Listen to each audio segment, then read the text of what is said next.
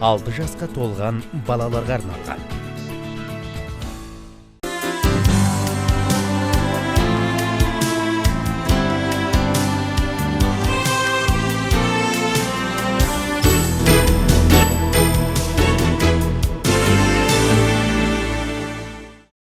Саламатсыздар ма?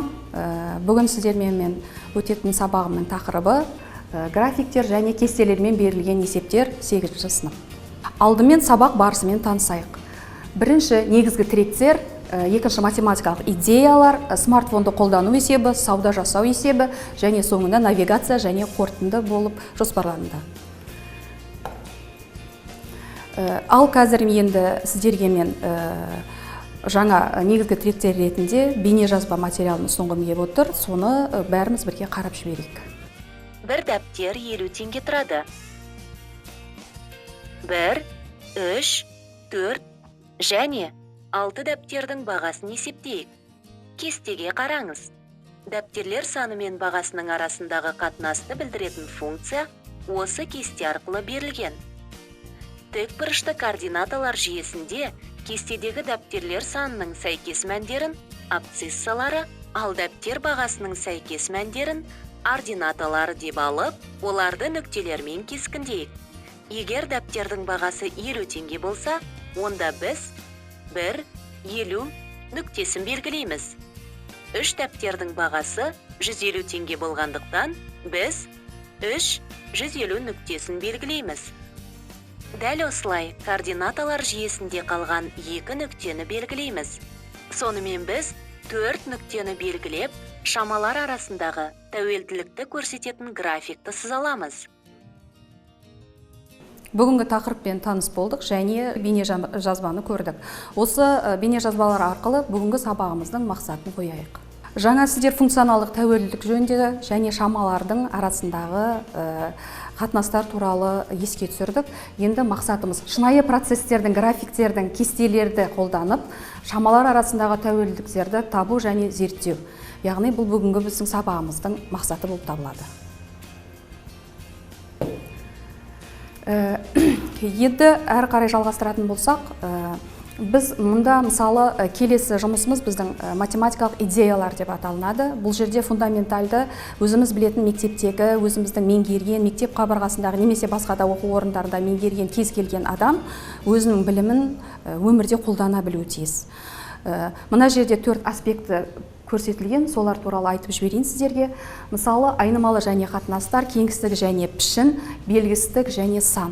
Бұл берілген аспектілердің біз барлығының көпшілігімен біз таныспыз. Сандық сәйкестіліктер мен заңдылықтар десе, сіздер білесіздер, сан қатарына қандай да бір сан түсіп қалған кезде заңдылыққа байланысты сіздер ол сандарды таба алатын тұғынсыздар. Ондай мысалдар біз шығаратын едік. Енді екіншісі белгісіздікте ықтималдылық және статистикалық құбылыстар, мәліметтерді анықтау, болжам жасау.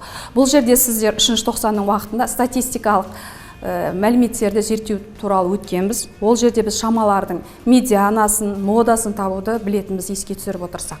Одан кейін геометриялық формалар, сызбалар, пішіндер, олардың қасиеттері, ұқсастықтары, айырмашылықтары жөнінде болады.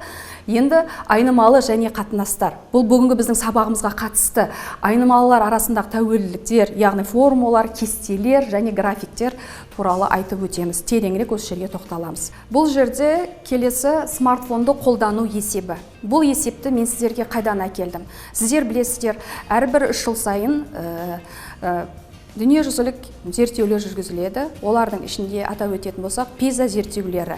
Біздің Қазақстан Республикасы бұл зерттеулерге 2009 жылдан бері қатысады. Ендігісі PISA 2021 жылы болады.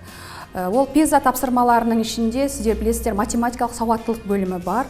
Сол бөлімнен мен сіздерге 2 есеп әкеліп отырмын. Соның біріншісі смартфонды қолдану есебі. Сіздер қарасаңыздар, мұнда 2 бөлік тұр, оның оң жақ бөлігінде кесте тұр. Кестеге қарасаңыздар бағандар бар, бірнеше баған. Бірінші А бағанында елдердің аты тұр, екінші бағанда сол елдегі халықтар саны, яғни миллион есебімен. Үшінші бағанда, С бағанында, яғни бұл жерде смартфон қолданатын халықтың есебі тұр мына жерде. Ал үшіншісі бос тұр. Осы үшінші бос тұрған қабат туралы мұнда сұрақ туындайды. Қарасаңыздар, бұл жерде не сұраған? Осы үшінші қабаттағыны толтыру үшін сіздер былай айтылған. Смартфон қолданатын халықтың барлық халыққа қатынасы қанша? Бұл жерде былай түсінуге болады. Мысалы, бізде 18 миллион халық болса, оның 9 миллионы смартфон қолданатын болса, бізде қанша бөлігі смартфон қолдана алады? Яғни жартысы, немесе 50% деген сияқты. Бұл жерде де дәл сондай. Мен қалай таптым жартысы екен? 9 миллионның, яғни 18 миллионға қатысы 2-ден 1-ге тең. Яғни қолданушылардың бөлігін тауып тұрмын. Бұл да дәл сондай. Яғни сонда бізде мына жерде Қазақстан 18 миллион халық болса, 9 миллионы пайдаланатын болса, мысалы ретінде, сол кезде мен 9 миллионды 18 миллионға қатынасын тауып тұрмын. Соның ішінде мынау қайсысы жауабы? Сіз қай формуламен пайдаланасыз, соны таба аласыз деген сөз. Біріншісі, екіншісі, үшіншісі, төртіншісі. Сіздер дұрыс айтасыздар, міне төртіншісі деп айтуға болады. Яғни сының б-ға қатынасында ретінде табуға болады. Мына жерде жалпы формуласы келтірілген, бөлшектің бөлімінде жалпы халық саны, ал алымында смартфон қолданушылардың халқының саны келтірілген. Бұл бізде қарап отырсаңыздар тапсырманың бірінші сұрағы, сіз осы бірінші сұраққа жауап бердіңіз, енді екіншісіне оралып келейік. Бұл жерде сіздер сабақтардың барысында сіздерге қысқа ғана жауаппен берілетін тұжырымдар болатын. Сізге тұжырым айтылады, сіз я жоқ деп жауап беретінсіздер. Ал бұл жерде сізге тұжырым айтылады, сіз оның жалған шын екенін айту керексіз. Біріншісінде былай айтылған. Келетін болсақ, бағанағы алдыңғы кестемен салыстыратын болсаңыз, қандай өзгерістер бар? А-да бағанағы елдер саны, халық саны, ол жерде смартфон қолданушылардың саны, ал мына жерде проценттер. Бағана айтқанмын, Қазақстандағы 50% бізге қолданушы болса, әр қайсының тұсында сәйкес проценттері табылған. Дайын беріліп тұр, әр қарай жұмыс жасайық. Енді жұмыс жасау үшін бұл жерде не айтылған? Сұрақта айтылған себебі бұл жерде алдымен мына елдердің халқының өсу ретімен орналастырып аласыз өзіңіз. Ал мұнда жаңағы смартфон пайдаланушылардың өсу ретімен орналастырып аласыз. Міне төменнен бастап, одан кейін әр қарай енді Сұрақта былай айтылған. Қай елдің халқы көп болса, сол елдің смартфон пайдаланушылары көп деп. Шынымен де солай ма екен? Қарасаңыз, мына кестені құрастырып болғаннан кейін, қарап отырсаңыз, мына Индонезия. Екеуі де бір ел болғаннан кейін, онда жаңа айтылғанна бірінші тұжырым дұрыс деген сөз. Қай елдің халқы көп, сол елдің смартфон пайдаланушылары көп деген. Яғни тіреу шын дегенді белгілейсіз. Екінші сұрақ. Одан кейін екіншісінде былай айтылған. Мысалы, мына жерде елдер берілген халқының саны, ал мұнда жаңағыдай смартфон пайдаланушылар. Бұл жерде айтып жатыр, қай елдің халық саны аз, сол елдің смартфон пайдаланушылары аз. Ол шын ба, шындық емес па? Мұнда қараңыз, Малайзия, мұнда Бангладеш. Екеуі бірдей емес, әртүрлі елдер. Сондықтан ол тұжырым дұрыс емес болып есептелінеді. Екіншісі жоқ.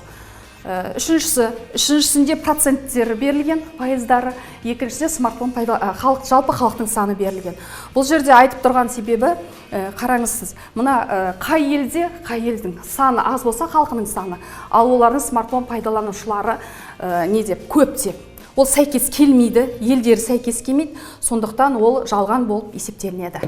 Осындай бірінші тапсырма міне толығымен көрсетіп алдық. Яғни екі дұрыс шындық, екі жалған тұжырым пайда болды. Ал балалар енді осы уақытқа, жаңағы уақыт аралығында сіздермен бірге есепті алдадық. Видеоматериалдар көрдіңіздер. Бүгін жаңа ақпарат алдыңыз ба? Иә, алдым. Бүгінгі сіз алған материалыңыз бойынша, кесте бойынша жұмыс жасадық. Сол кесте бойынша шамалардың тәуелділігін анықталай білуге бола ма екен, анықтай білуге? Бүгінгі шынайы процесстердің графиктерін, кестелерін мектептегі үйренгенімізді жалпы өмірде қолдануға бола алады деп ойлайсыз ба? Иә, себебі ол өмірмен байланысты болғаннан кейін бізге осы пәндер керек. Жақсы. Енді сіздерге мен тапсырма бергім келіп тұр. Осы бүгінгі жаңа берген материалмен қоса, тағы да қосымша материалдарды сіздерге беремін. Өздеріңіз дайындалып көресіздер.